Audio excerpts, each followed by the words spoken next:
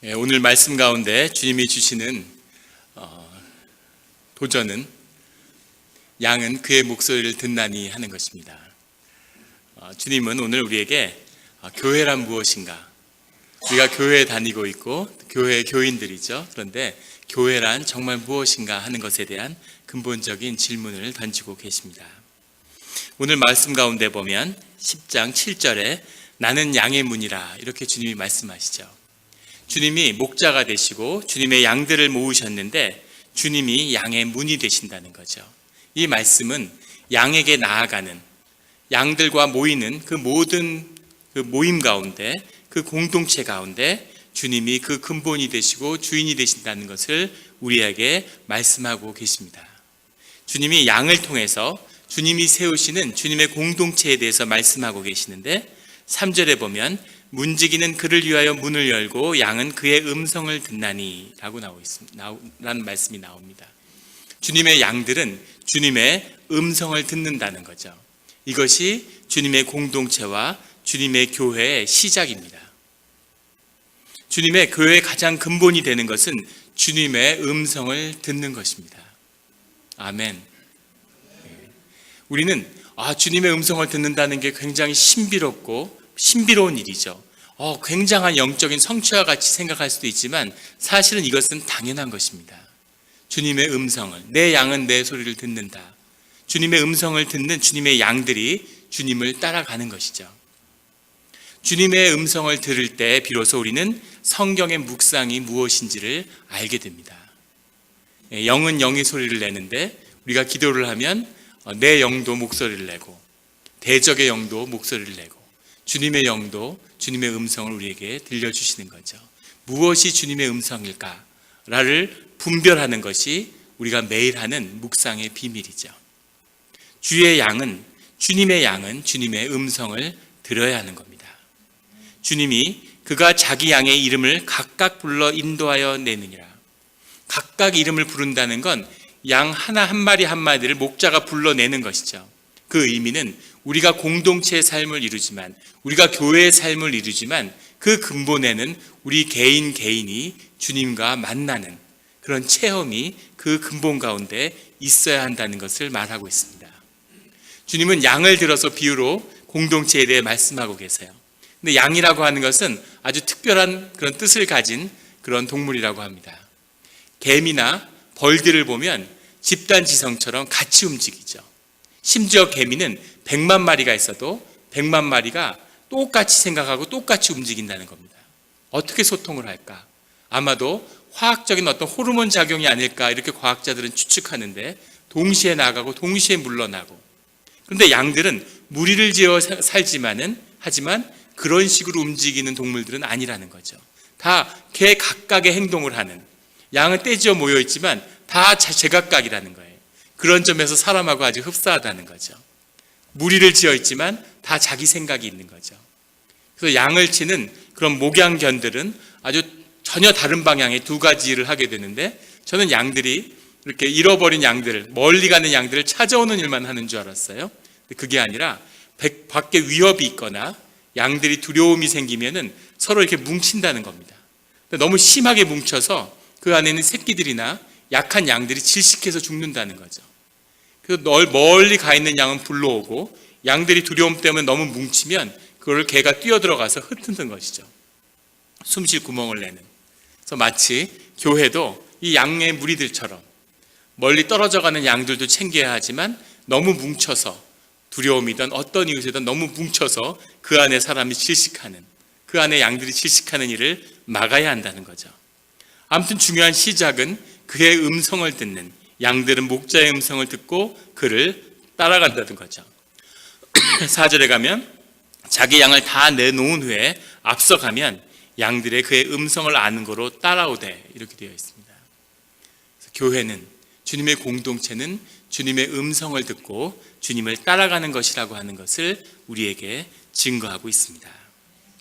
9절에 가면 내가 문이니 누구든지 나로 말미암아 들어가면 구원을 받고 또는 들어가면 나오며 꼴을 얻으리라. 주님이 우리를 인도하시는 그 뜻 가운데는 구원의 역사가 있다는 겁니다. 주님의 음성을 듣고 주님을 따라가는 자들은 구원을 얻게 되는데, 또한 구원을 얻을 뿐 아니라 들어가며 나오며 주님의 축복된 꼴을 얻게 된다는 거죠. 이런 축복을 다 함께 하시기를 예수 그리스도의 이름으로 축원합니다. 주님이 우리에게 상을 주시는 거예요.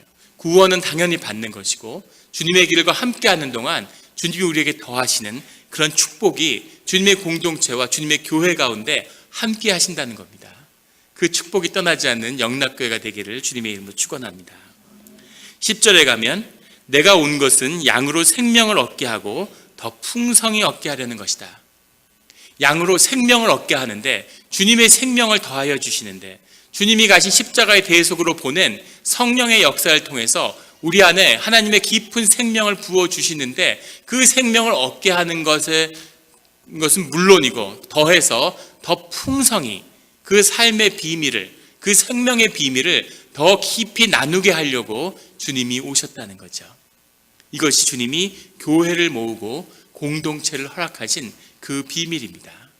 이런 주님의 말씀에 바탕을 둔, 주님의 음성에 반응하는 주님의 양들이 모인 이 교회의 역사가 시작된 것이 바로 초대교회입니다. 초대교회의 역사죠.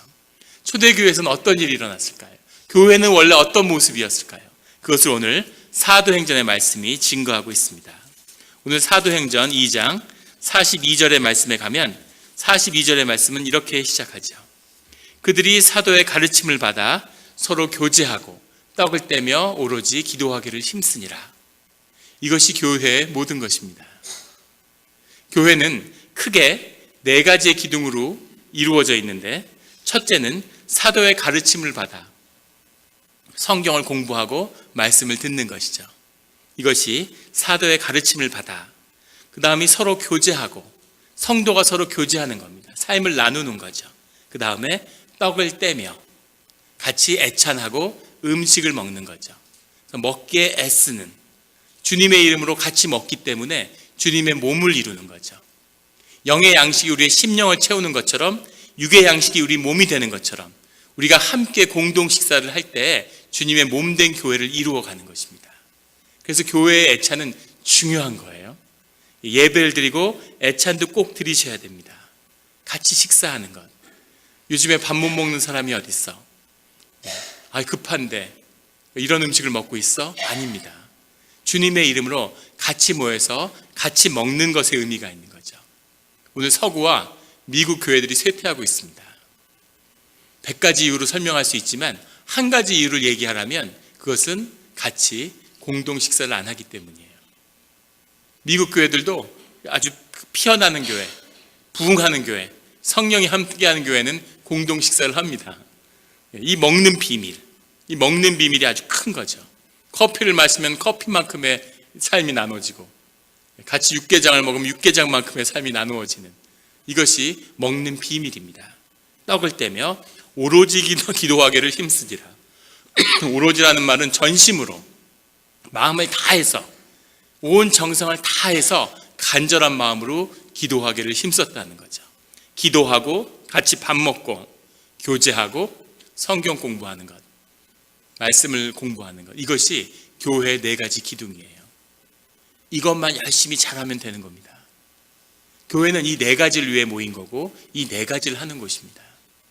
제가 한국 교회에서 사역할 때 한번 조사해 보니까 한국 교회에서 하는 프로그램이 200가지가 넘더라고요. 그래서 그 프로그램을 조합하고 돌리는 것이 마치 목회고 사역인 것처럼 그렇게 많은 교회들이 생각하고 있습니다. 열심히 프로그램을 돌리는데 점점 교회는 힘을 잃고 교인들은 떠나가는 거죠. 왜 그럴까요?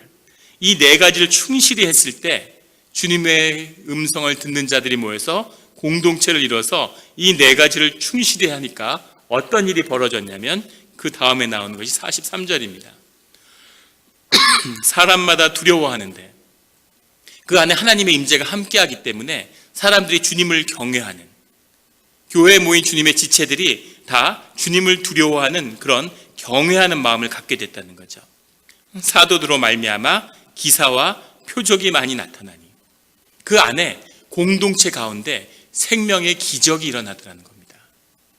한 마음이 돼서, 한 교회가 돼서 주님의 임재가 그곳에 머무니까 사람들 가운데 모두 성령을 받았는데, 그 성령이 교제와 애찬과 예배와 기도를 통해서 그 마음이 합해져서 한 그릇을 이루니까 주님의 임재가 그곳에 부어져서 그곳에 기적이 일어나더라는 거죠.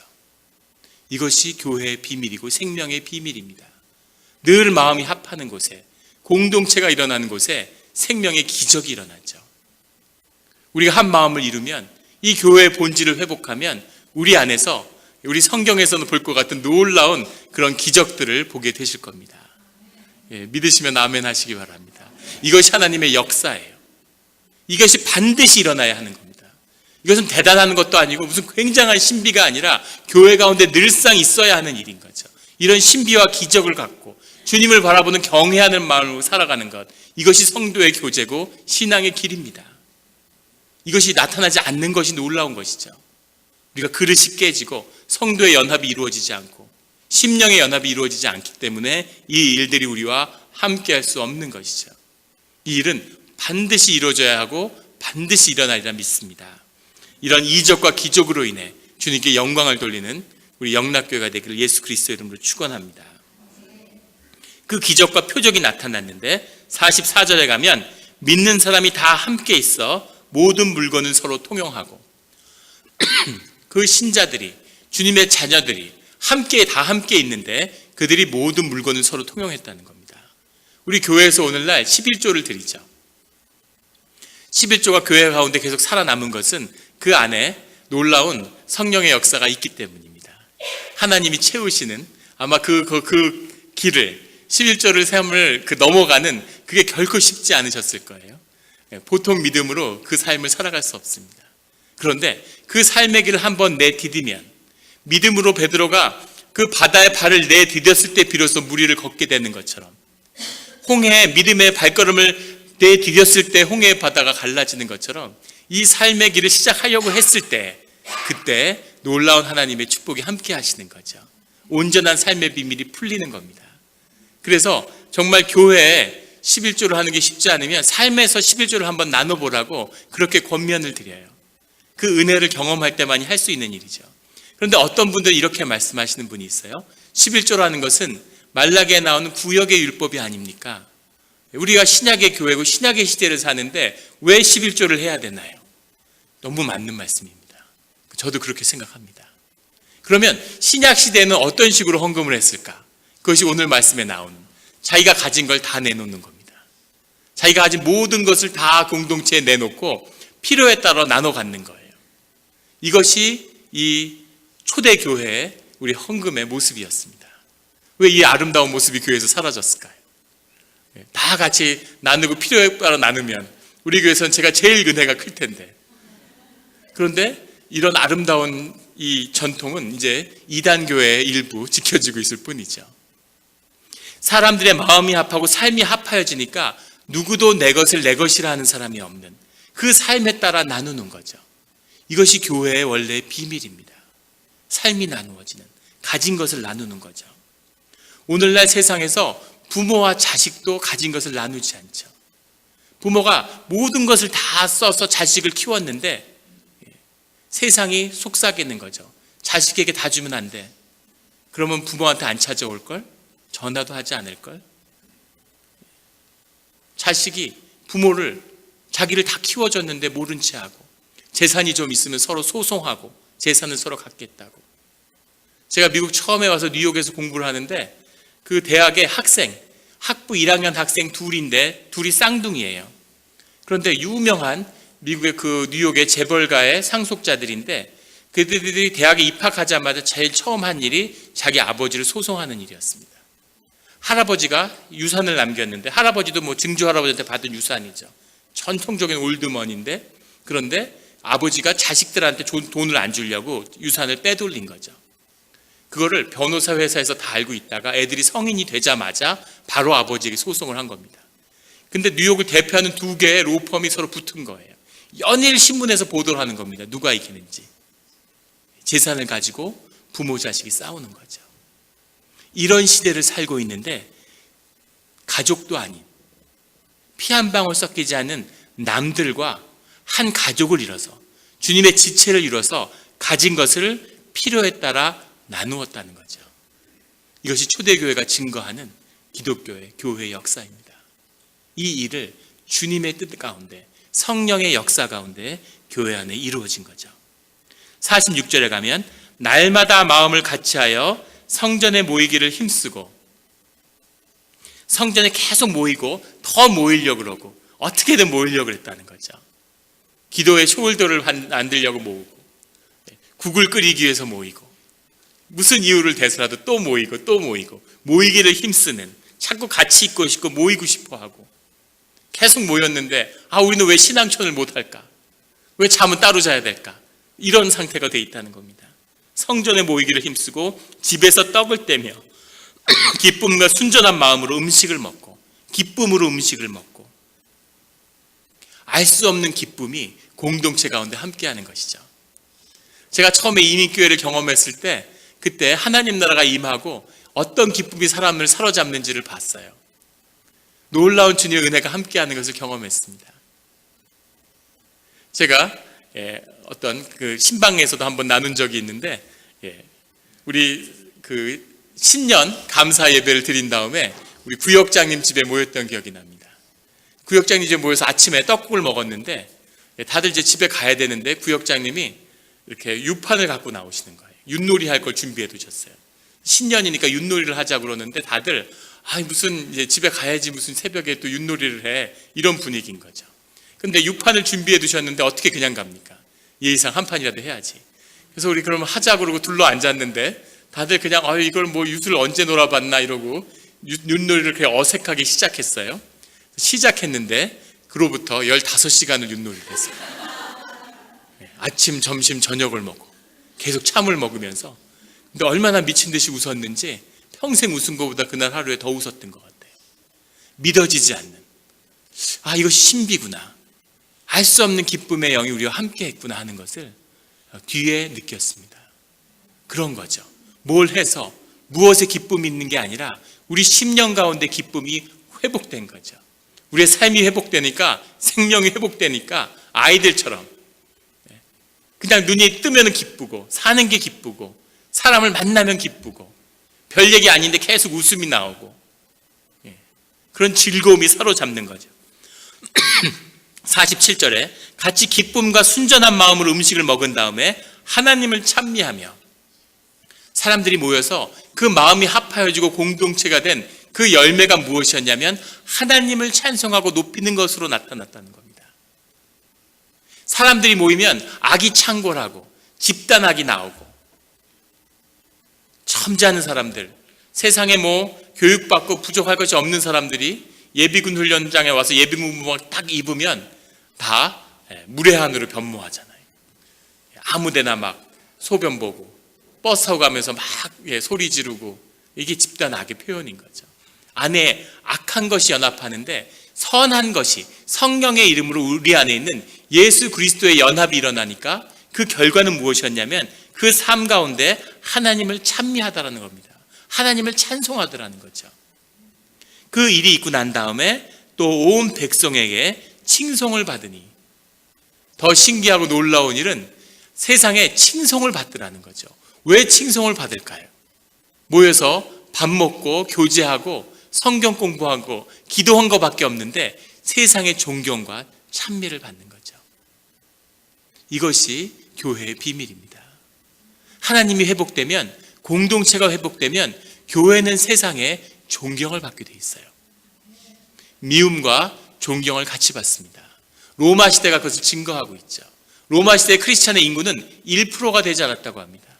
대부분이 여자고 대부분이 노예였어요. 몰래 지하 동굴 같은 데 숨어서 예배를 드렸습니다.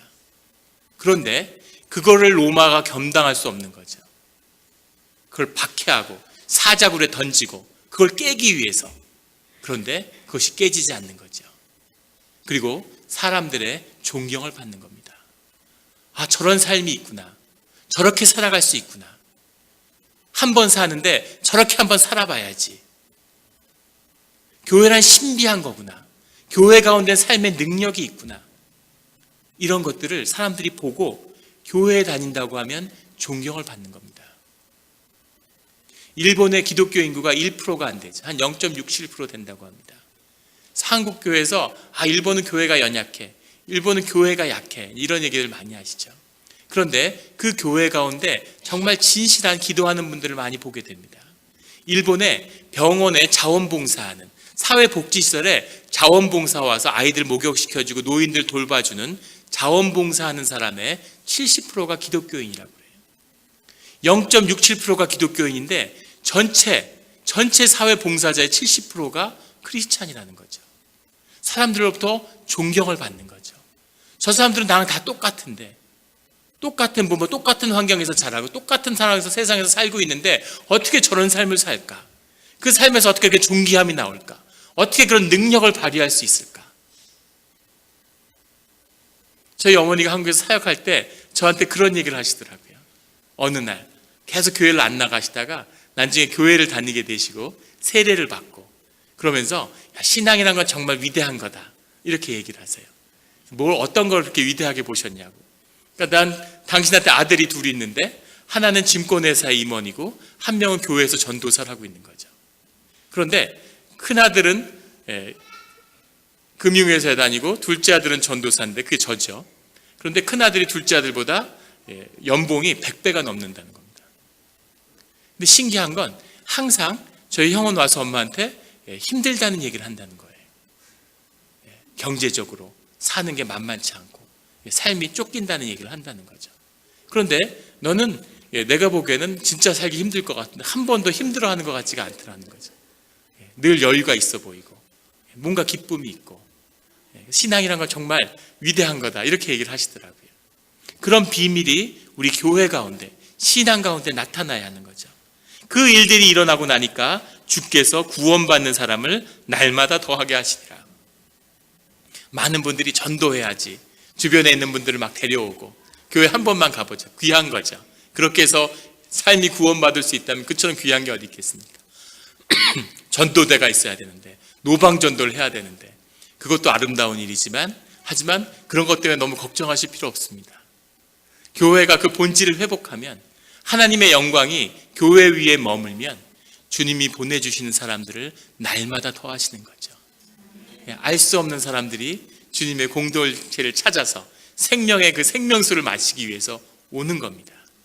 주님의 생명수를 담을 수 있는 그릇을 만들고 주님의 생명수가 넘쳐나는 곳이 되고 이 안에 알 수 없는 기쁨이 솟아나면 그러면 사람들을 하나님이 감당할 수 있게끔 더해 주시는 거죠. 그 이적과 그 평화와 그 기쁨이 우리의 삶을 다스리는, 교회에서 구원을 얻으며 주님이 주시는 꼴도 않는 그런 영락교회 성도님들이 되시기를 예수 그리스도의 이름으로 축원합니다. 같이 기도드리시겠습니다. 하나님 아버지 감사합니다. 교회를 허락해 주시니 감사하고 교회 가운데 기쁜 우리가 기억해야 할 주님의 역사를 일깨워 주시니 감사합니다. 우리 참된 교회를 이루어서 우리 교회 가운데 주님이 항상 머물며 주님이 우리의 아버지가 되시며 우리가 한 가족이 되어서 우리가 세상에 굴복하지 않는 경제적인 어려움 때문에 세상이 주는 고난 때문에 삶에 대한 두려움 때문에 우리가 세상에 굴복하지 않는 우리가 되게 하여 주시옵소서. 주님 오늘 어린이 주일입니다. 우리가 그 생명을 우리가 받아 안았습니다. 아이들 생명으로 키우게 하시고 그 생명이 뿜어져 나오는 세상을 다스리는 권세 있는 왕의 자녀로 키우는 그런 우리 교회 되게 하여 주시옵소서. 자녀의 삶 가운데 이적과 표적을 보게 하여 주시옵소서. 우리 교회를 축복하여 주시옵소서. 감사드리며 예수 그리스도의 이름으로 기도드렸습니다. 아멘.